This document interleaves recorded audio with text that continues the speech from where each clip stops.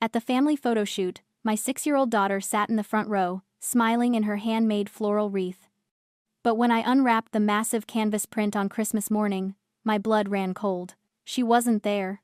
She had been digitally erased from the Centennial Legacy portrait.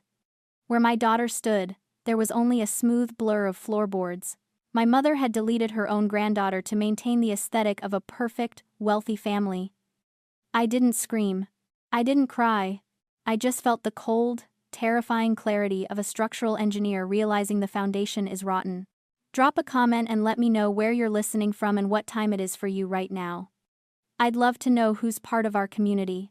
The next morning, the sun streamed into the solarium of the main mansion, illuminating the dust motes dancing around the 12-foot Christmas tree. My mother, Patricia, sat on the velvet sofa, a mimosa in one hand, looking like a queen waiting for her tribute.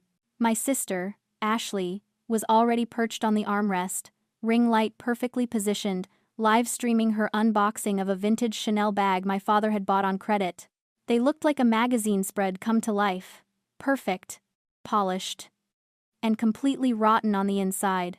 I walked in, holding a single, heavy cream-colored envelope. I didn't bow. I didn't offer a cheek to be kissed. I simply extended the envelope toward my mother. Her eyes lit up with that specific greed she reserved for expensive things. She assumed it was a voucher for a spa week in the Swiss Alps, or perhaps the deed to a vacation home. She tore the wax seal with a manicured nail, smiling for an audience that wasn't there. As she unfolded the document, I watched her expression shift from anticipation to confusion, and finally, to absolute, blood-draining shock. It wasn't a gift.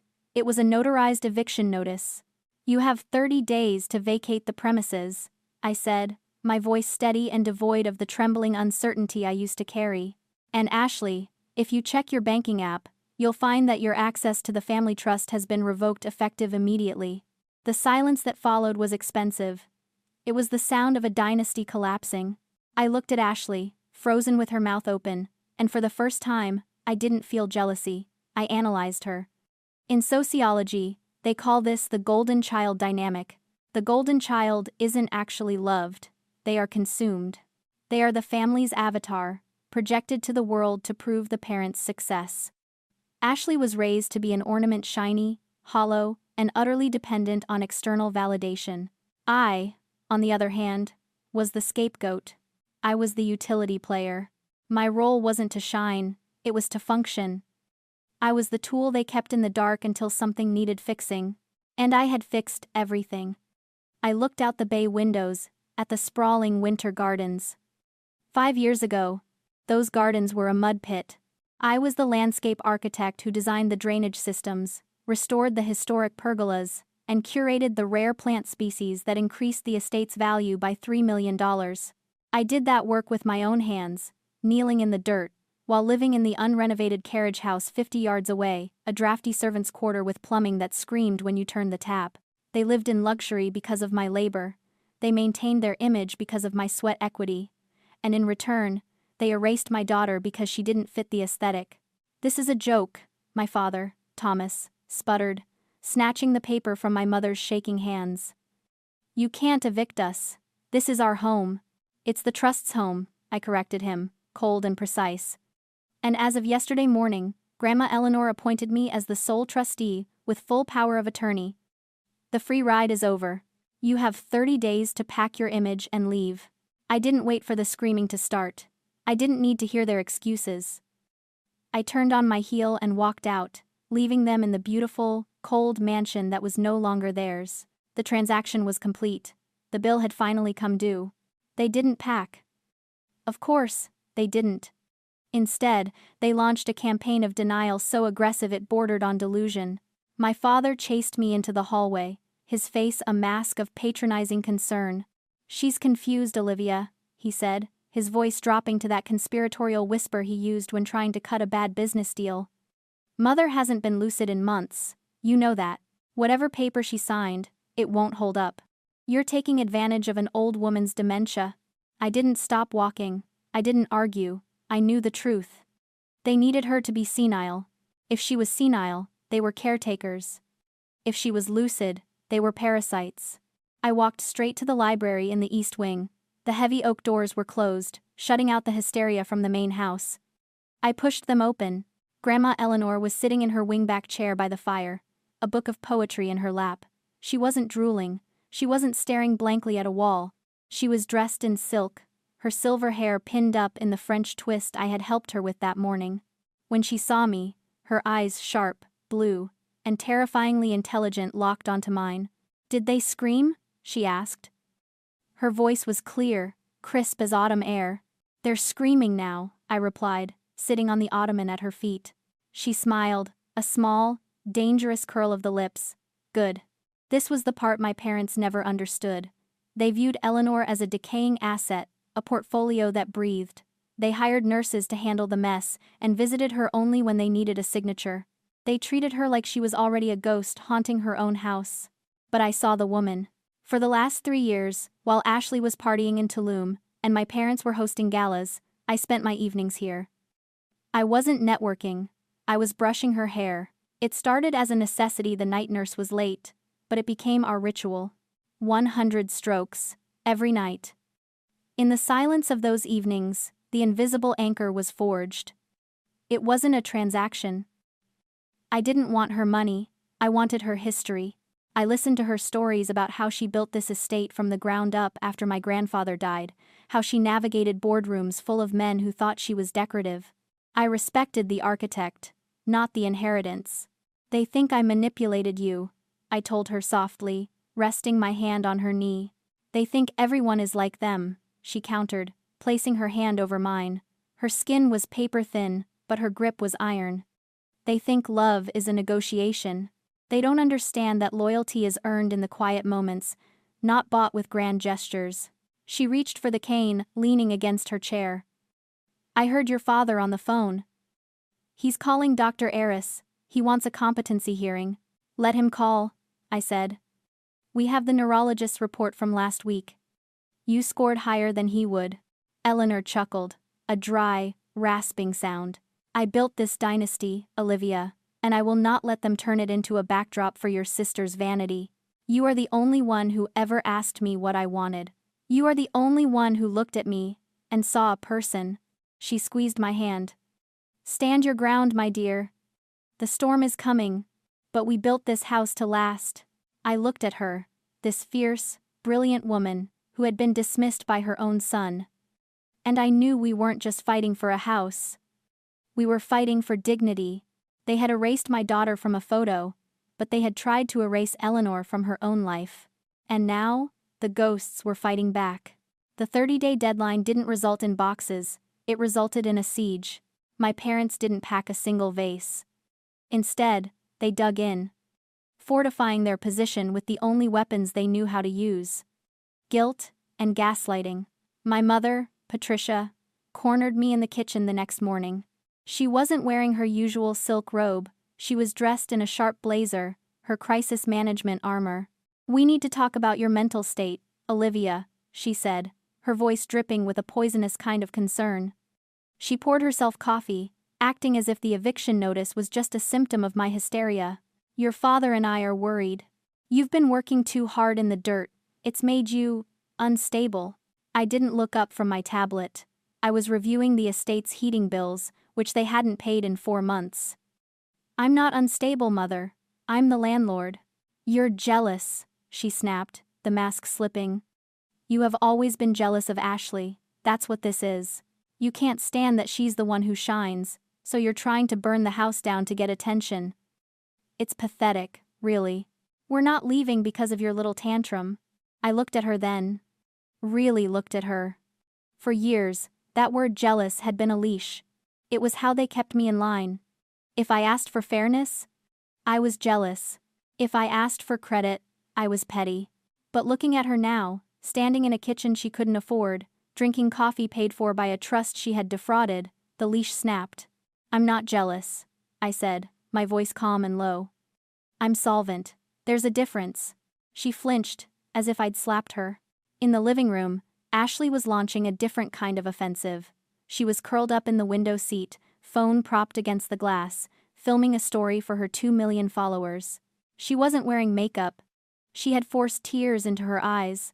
"Guys, I don't usually share this stuff," she whispered to the camera, her voice trembling with practiced vulnerability. "But please pray for my family. We're dealing with a really toxic situation. Some people they can't handle seeing others happy. It's scary when family turns on you." She didn't name me. She didn't have to. She was painting a narrative where she was the victim of a deranged sibling. She was weaponizing her audience against the truth. It was a digital lynch mob in the making. But the real escalation came from my father. Thomas marched into the room, his face red, phone in hand. He had realized that emotional manipulation wasn't working. I wasn't crying. I wasn't apologizing. I wasn't shrinking back into the obedient daughter role. I was standing tall. A woman who owned the ground he was standing on. And that terrified him. His patriarchal authority was dissolving. And he decided to go nuclear. "You have 10 minutes to tear up that eviction notice," he growled, stepping into my personal space, using his height to intimidate me. "Or I make the call." I didn't step back. "Make the call, Thomas," he sneered, tapping the screen. "You think you're smart? You think you can steal my mother from me? I'm calling Adult Protective Services. And the police." "Go ahead," I said.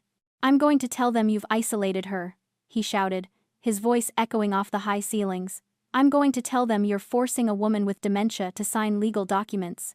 Do you know what happens then, Olivia? They take her into state care. They arrest you for elder abuse. And they put your daughter in foster care while they sort it out." It was a monstrous threat. He was willing to traumatize his own mother and granddaughter just to keep his free mansion. He put the phone to his ear, his eyes locked on mine, daring me to fold. "Yes, this is an emergency. I need to report a case of severe elder abuse. My daughter, she's dangerous." He lied with the ease of a man who had never faced a consequence in his life. He gave them my name. He gave them the address.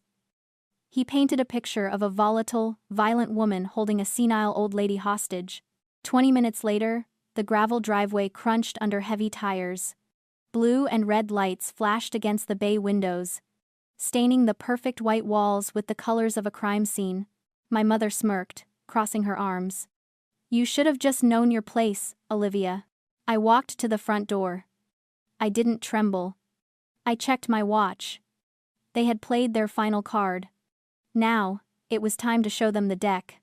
The foyer was chaos, but it was a controlled, bureaucratic kind of chaos that terrified me more than screaming ever could.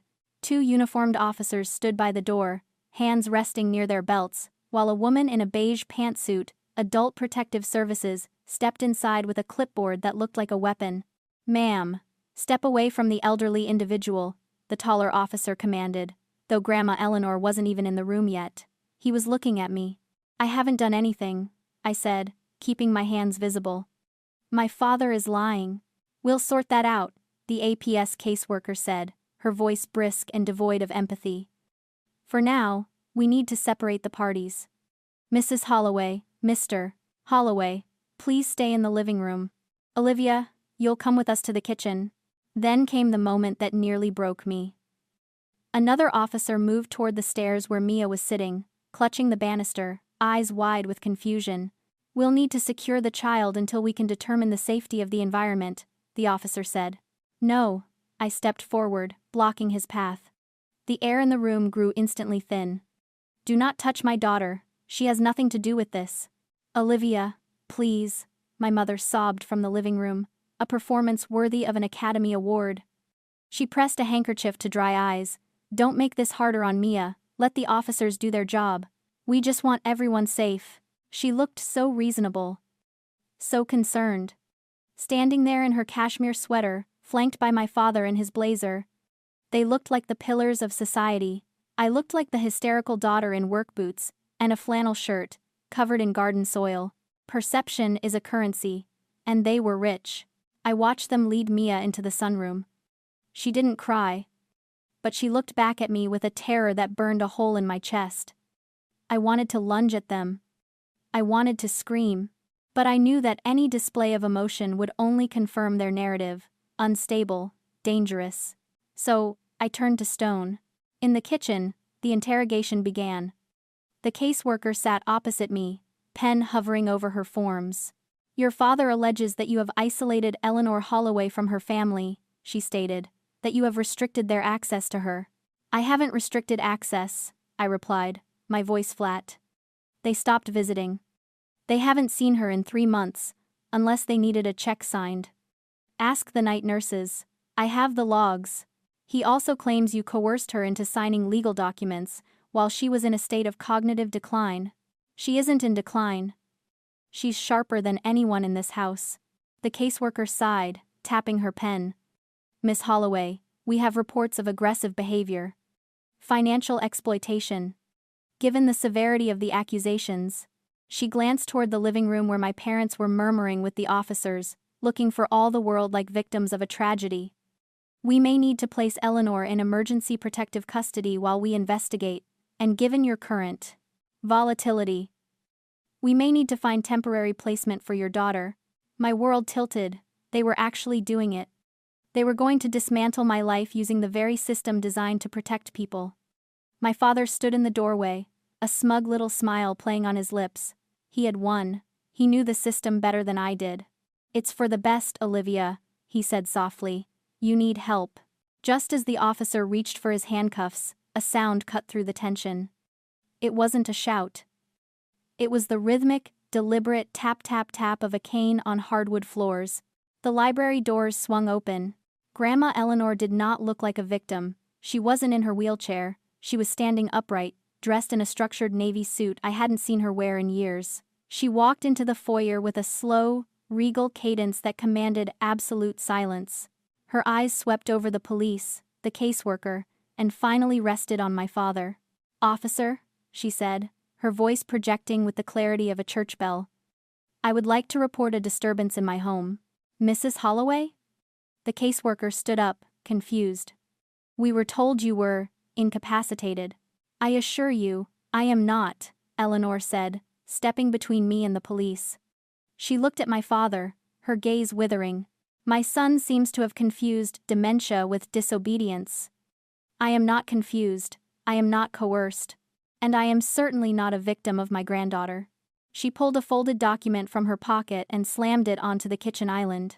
I called my lawyer myself, she declared, staring down the APS agent. Olivia didn't force me to do anything.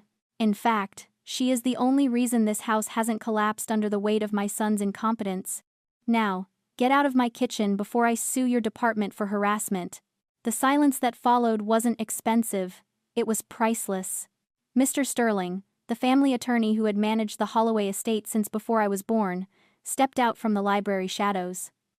He was holding a leather portfolio like it was a loaded weapon. Officers, he said, his voice smooth and terrifyingly calm. I represent Mrs. Eleanor Holloway, and I have the documentation to prove that the call you received today was a fraudulent attempt to obstruct justice. My father's face went gray. He knew Sterling. He knew Sterling didn't bluff. This is a family matter, Sterling, my father hissed, trying to regain control. Stay out of it. It ceased to be a family matter the moment you dialed 911 to cover up a felony. Sterling replied. He opened the portfolio on the kitchen island, right next to where the APS caseworker had been interrogating me. He spread out 3 documents, a bank transfer record, a liquidation authorization for municipal bonds, and a handwriting analysis report. For years, Mrs. Holloway believed her diminishing accounts were due to market fluctuations. Sterling addressed the police officers, ignoring my parents entirely. But thanks to Olivia's diligence during her renovations, we found the records hidden in the carriage house archives. Specifically, the liquidation of $200,000 in municipal bonds last October. He pointed a manicured finger at the bottom of the authorization form. That is supposed to be Eleanor's signature. It is not. All eyes turned to Ashley. She was shrinking against the refrigerator, the ring light's reflection still visible in her terrified eyes. It was an advance, she shrieked, her voice cracking. Mom said I could have it, for the condo down payment. It was an inheritance advance. I authorized no such thing, Eleanor said, her voice cutting through the hysteria, and neither did the trust. You forged my name, Ashley. And Thomas, Patricia. You countersigned as witnesses. The air left the room. This wasn't just me getting revenge for a photo. This wasn't petty squabbling. This was grand larceny. Wire fraud. Elder financial abuse. The trifecta of white-collar crime. The taller officer, the one who had looked at me with such suspicion 10 minutes ago, shifted his stance. He rested his hand near his belt, but this time, he was facing my father. The dynamic in the room flipped so violently I almost felt the vertigo. "Mr. Holloway," the officer said, his tone dropping an octave. "Is this true?" "We were protecting the assets," my mother blurted out, incriminating herself instantly. "Eleanor doesn't use the money. Ashley needed a start. We were going to pay it back. You stole $200,000 from your mother to buy a condo for an influencer who has never worked a day in her life," I said, the pieces finally clicking into place. "That's why you erased Mia from the photo. You needed the image of old money perfection to court investors for Dad's failing ventures. Mia, a fatherless child of a landscape architect, didn't fit the brand you were selling to cover your debts." Sterling closed the portfolio. "Officers, Mrs. Holloway is declining to press charges at this exact moment, provided one condition is met." He checked his watch. "They have 15 minutes to vacate the property, completely. If they are still on the premises at 4:30 p.m., we will hand this file over to the district attorney." The officer looked at my parents. "You heard the lawyer. You have 15 minutes, or you're leaving in the back of my car." My father looked at me, his eyes filled with a hate so pure it was almost impressive. He didn't see a daughter. He saw the person who had turned on the lights and revealed the cockroaches. "Let's go," he spat at my mother. Ashley was sobbing now, real, ugly tears that wouldn't look good on Instagram. "But my clothes, my setup." 15 minutes, the officer barked. I stood by the island, watching them scramble. It wasn't triumphant. It was just over. The rot had been excised. The foundation was finally clean. The aftermath wasn't loud. It was the quiet, shuffling sound of irrelevance. My parents are currently living in a motel 2 towns over. The country club revoked their membership not because of the fraud, though that didn't help, but because they missed 3 months of dues. High society is fickle. It forgives cruelty, but it never forgives poverty. Ashley's downfall was more public. When the rumors of the forged bonds hit the internet, the sponsorship deals evaporated overnight. Turns out, lifestyle brands don't want to associate with grand larceny. She tried to pivot to a redemption arc, posting tearful videos about being misunderstood, but the algorithm is cruel. She's blocked on my phone. They all are. The silence in the main house is no longer heavy. It's light. It breathes. Grandma Eleanor reclaimed her seat at the head of the table.